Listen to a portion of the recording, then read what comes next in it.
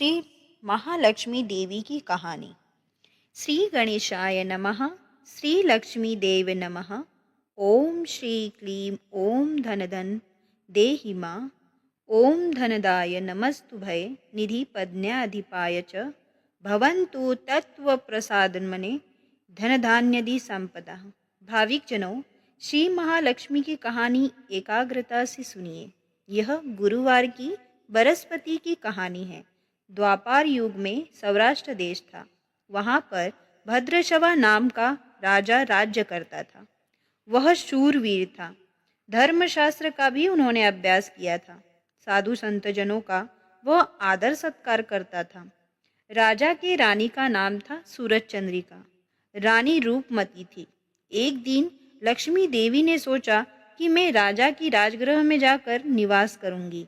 मेरे वहां रहने से राजा अपनी सब प्रजा को अधिक सुख देगा।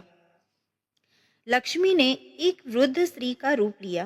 हाथ में आधार के लिए एक लकड़ी लेकर धीरे धीरे चलते चलते वह सूरज चंद्रिका रानी के महल के दरवाजे के सामने आकर खड़ी हुई। उस वृद्धा को देखकर रानी की एक सेविका सामने आ गई। उसने उस वृद्ध स्त्री की पूछताछ की। वृद्धा कहने लगी, मेरा नाम तो कमला है और मेरे पति का नाम भुवनेश्वर। हम तो द्वारका में रहते हैं। तुम्हारी रानी पूर्व जन्म में एक वैश्य की पत्नी थी। वह वैश्य बहुत गरीब आदमी था। हर दिन उस पति पत्नी में संघर्ष हो जाता था। कभी कभी उसका पति उसे बहुत मारपीट करता था। बेचारी पत्नी अपने हालत पर बहुत दुखी थी। इसीलिए एक दिन उसने अपना घर छोड़ा और वह वन में चली गई। उसे कुछ खाने को नहीं मिला। वह बहुत थकी हुई थी।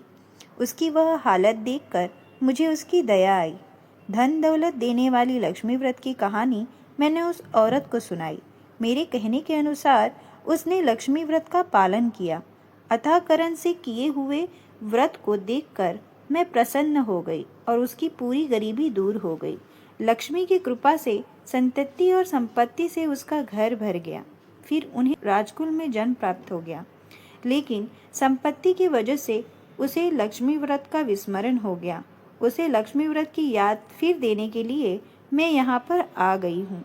रानी के सेविका ने उसे लक्ष्मी व्रत की जानकारी पूछी। पूजा विधि की सारी जानकारी प्राप्त की। उस वृद्ध रूपधारी लक्ष्मी ने इस पूजा का सब महिमा बताया। उस सेविका ने उसे प्रणाम किया और रानी को संदेश देने के लिए वह अंदर चली गई। सेविका ने रानी को संदेश दिया। रानी तो ऐश्वर्य संपन्न थी। उसे अपने श्रीमती का बहुत अभिमान था। वह रानी उन्मत्तता से बर्ताव करने लगी थी। वृद्धा का संदेश सुनकर रानी तो आग बबूली हो गई। रानी बाहर आई और उसने उस वृद्धा स्त्री का बहुत अपमान किया। वृद्धा तो साक्षात लक्ष्मी थी, लेकिन रानी को उस बात का ज्ञान नहीं था। रानी का असभ्य वर्तन देखकर वृद्धा संतप्त होकर वहां से चली गई।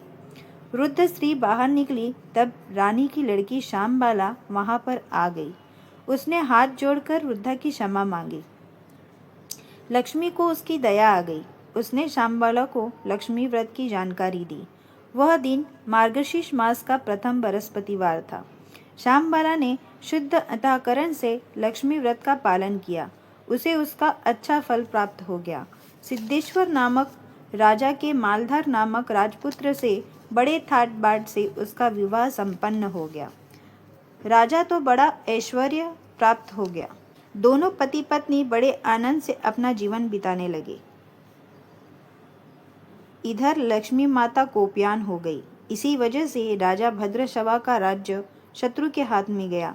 राजा भद्रशवा का और रानी सूरज चंद्रिका का सारा वैभव नष्ट हो गया। वे गरीब हो गए। एक दिन सूरज चंद्रिका ने अपने पति से कहा, अपनी बेटी का पति यानी दामाद बड़ा राजा बन गया है। उसके पास बहुत संपत्ति है। अपने ऊपर आई हुई आपत्ति अगर हम उसे बताएंगे तो उनको दया आएगी और वे हमें कुछ न कुछ तो देगा। पत्नी के कहने के अनुसार भद्रशवा श्यामबाला के पति के राज्य में गया।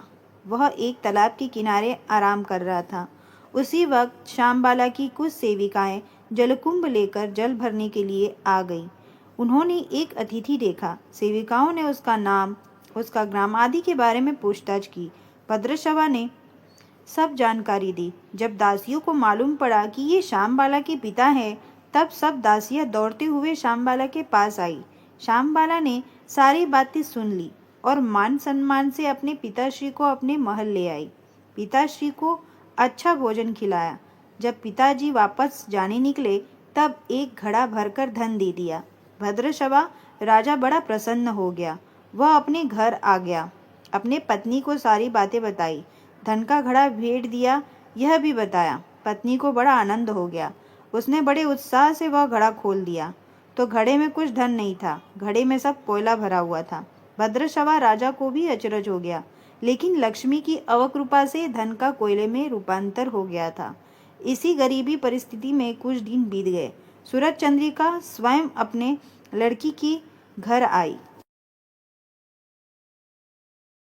वह दिन मार्गशीर्ष मास का अंतिम बृहस्पतिवार था। श्यामबाला ने बड़े प्रेम से लक्ष्मी का व्रत किया था। उसने माताजी से भी यह व्रत करवाया। श्यामबाला ने लक्ष्मी व्रत का महिमा माताजी से कहा। सूरज चंद्रिका अपने घर गई। उसने लक्ष्मी व्रत किया, इसीलिए उसे गतकाल का सारा वैभव प्राप्त हुआ। कुछ दिनों के बाद श्यामबाला अपने मायके आ गई। श्यामबाला ने कोयले भेजे थे, इसी वजह से सूरज चंद्रिका गुस्से में थी।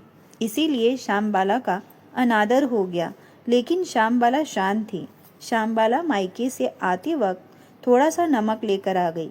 पत्नी ने पूछा, तुम अपने मायके से क्या लेकर आई हो? तब उसने बताया, कुछ वक्त जाने दो, मैं सब बताती हूँ। उसने बड़ा अच्छा भोजन बनवाया, लेकिन उसमें नमक ही नहीं डाला।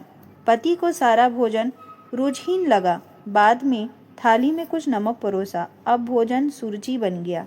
श्यामबाला ने यह बात अपने पति को समझाई। अब राजा रानी लक्ष्मी का व्रत करने लगे। भद्रशवा और सूरज चंद्रिका इन दोनों ने भी लक्ष्मी व्रत करना शुरू किया। अब दोनों ओर सुख, शांति, समृद्धि प्राप्त हो गई। परम श्रद्धा से लक्ष्मी का व्रत करने से जीवन समृद्ध हो जाता है, किस बात की कमी नहीं रहती। इस प्रकार लक्ष्मी व्रत करने से सभी लोग सुखी हो जाते। धन्यवाद। Please like and subscribe.